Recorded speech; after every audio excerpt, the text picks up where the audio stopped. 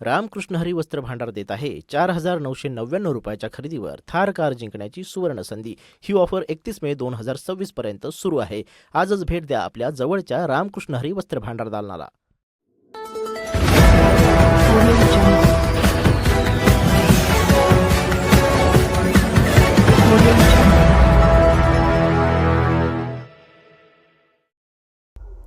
काय सांगाल, वन विभागाने कालचं जी घटना घडली त्याच्यावरती काय उपाययोजना केलेल्या आहेत? काय नाही, त्यांनी काल काहीतरी 6 ते 7 पिंजरे लावलेत, पण प्रत्यक्षदर्शी पाहायला गेलं तर त्यांची माणसं जे ट्रँक्युलायझर टीम येणार होती अथवा स्नायपरची टीम येणार होती अशी काही इथे आली नाही आहे।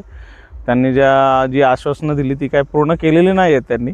आज म्हणतात आज येणार आहे, पण प्रत्यक्षदर्शी मी आता इथे 2 वेळा प्लेसवर येऊन गेलो, पण मला कोणतीही टीम दिसली नाही।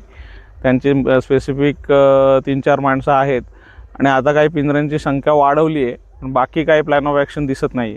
आता मी त्यांना हे सांगण्यासाठी आलो होतो की माझ्या घराजवळ पण बिबट्याची मोठी पावलं दिसत आहेत, तर त्यांनी तिथे पण पिंजरा लावावा। ह्या सगळ्या गोष्टीमुळे घरामध्ये फार मोठं दहशतीचं वातावरण निर्माण झालं आहे।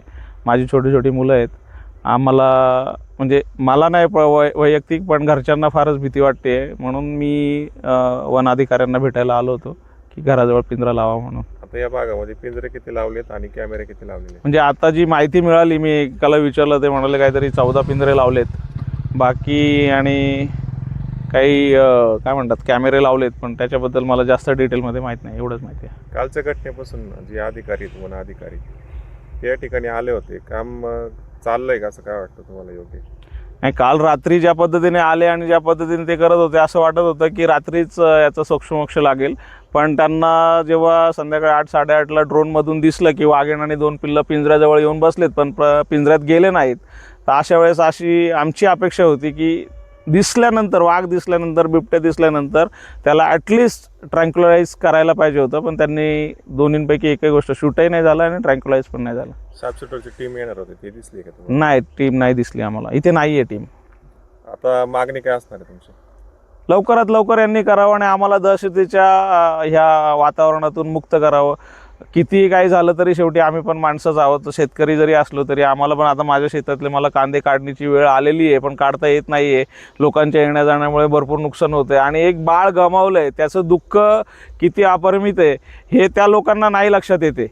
ते म्हणतात आम्ही पण माणसं आहे, आम्ही पण प्रयत्न करतो आहे, आमचे पण हात बांधीले आहेत, वरिष्ठांच्या हातात आहेत। आता मी सकाळी उठल्यानंतर जे वन अधिकारी आमच्या घराजवळ होते, मी त्यांना विचारलं की काल का नाही ट्रँक्युलाइज केलं जर ड्रोनमध्ये दिसलं? ते म्हटले ते वरिष्ठांना माहिती असेल, आम्ही आत्ताच आलो आहेत।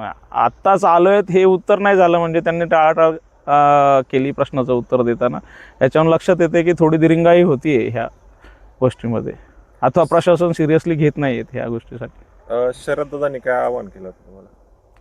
शरददादांनी सांगितलं होतं की शूटिंगचं म्हणजे बिबट्याला मारण्याची परवानगी मिळालेली आहे आणि संध्याकाळी हे सगळं हे होऊन जाईल, म्हणजे वन अधिकारी त्याला पूर्णत्वास नेतील, पण तशी टीमच आली नाही। म्हणजे लक्षात नाही आलं एक्झॅक्टली काय झालं आहे, पण यायला पाहिजे होती।